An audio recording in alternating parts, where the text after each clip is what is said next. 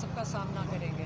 ان کا خیال تھا اتنے 200 کیسز کا پہاڑ جب نظر آئے گا تو عمران خان نے خود ہی کہہ دینا ہے کہ مجھے ڈیل کرو اور مجھے ملک سے باہر بھیج دو اور میں جا کے آرام کی زندگی کاٹوں گا. میں پاگل ہوں کہ یہ 200 کیسز کا سامنا کروں گا.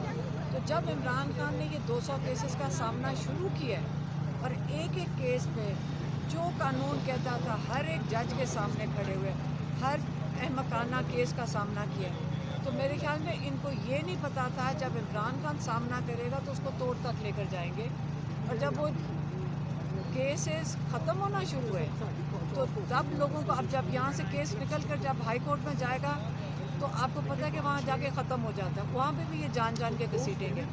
لیکن یہ سمجھ لیں کہ کیسز عمران خان نے جیسے سامنا کیا, عمران خان کھڑے ہیں کہ اس کو آخر تک دیکھیں گے. یہاں پہ ان کو سزا بھی دے دیں, ناجائز سزا ملے گی کیونکہ یہ ان کو آرڈر کہیں اور سے آتے ہیں.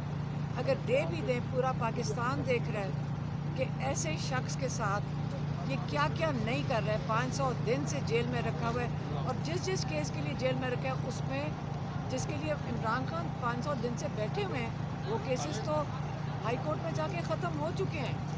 اب یہ جیل سے نہیں نکالنے کے لیے اور کون سے کیس بنائیں گے.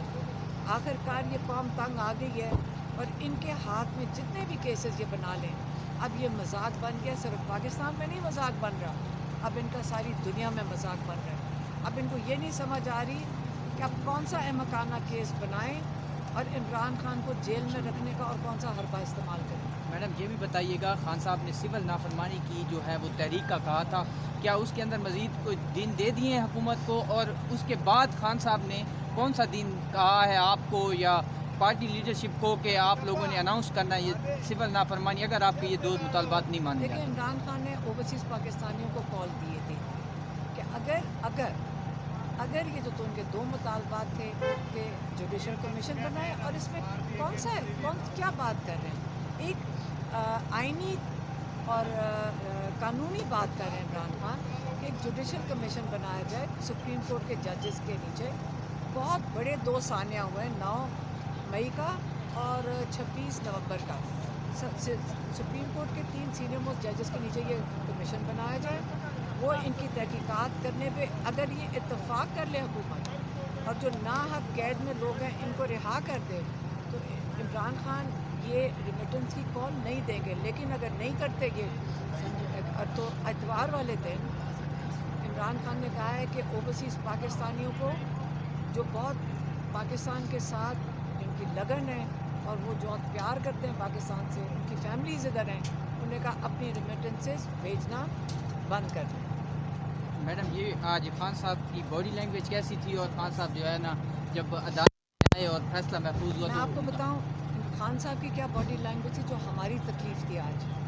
جب آپ دیکھ رہے ہیں کہ عمران خان جیسے انسان کو آپ یہ کہہ رہے ہیں کہ آپ کو وہ کہ جو ملک ریاض کی فیملی نے اپنے اکاؤنٹ میں یہاں سپریم کورٹ کے پیسے بھیجے ہیں, کہ جو تم نے ایک چیریٹی کا ٹرسٹ بنایا ہے یہ تم نے ملک ریاض سے فائدہ اٹھایا ہے. یاد رکھیں یہ کیا کہہ رہے ہیں کہ یہ جو بچے مفت تعلیم حاصل کر رہے ہیں یہ آپ نے ملک ریاض سے فائدہ اٹھایا ہے. آپ یہ سوچ سکتے ہیں. اب اس کے اوپر جا کے سارے پاکستانی گھر بیٹھ کے سوچیں کہ جو آج عمران خان قید اس لیے جائیں گے کہ وہاں پہ جو کالج میں القادر کے کالج میں بچے پڑھ رہے ہیں جو تعلیم حاصل کر رہے ہیں وہ اس کی سزا آج اب عمران خان کو یہ اس کے اوپر یہ قید دینے جا رہے ہیں. اچھا علیمہ خان صاحبہ, آپ پوری سماعت میں موجود تھی, 190 ملین کے ایک کیس سے لے کر آخری پیشی تک آپ آتی رہیں. آپ کو جج کی باڈی لینگویج کیا لگی کہ جج کس طرف جا رہے ہیں؟ بیٹا آج نے بہت اچھا سوال پوچھا ہے. ان کی باڈی لینگویج شروع سے ابھی تک ایک ہی ہے. جو آئے گا آرڈر وہ بتا دیں گے. پتہ نہیں انہوں کو پتہ نہیں ان کی, آپ کہہ رہے ہیں باڈی لینگویج, میں یہ کہوں گی کہ وہ بیچارے تو بیٹھے ہیں جو لکھ کے دے دیں گے وہ پڑھ کے سنا دیں گے. آپ کی کیا امید ہے, کیا فیصلہ آ سکتا ہے؟ ہمیں جو تو یہ لگ رہا تھا آج باڈی لینگویج سے, اگر جج صاحب انصاف کرنے کا فیصلہ کریں اور اپنی کیا کہتے ہیں اپنی اگلی نسلوں کو یہ بتائیں کہ میں نے ایک انصاف کیا تھا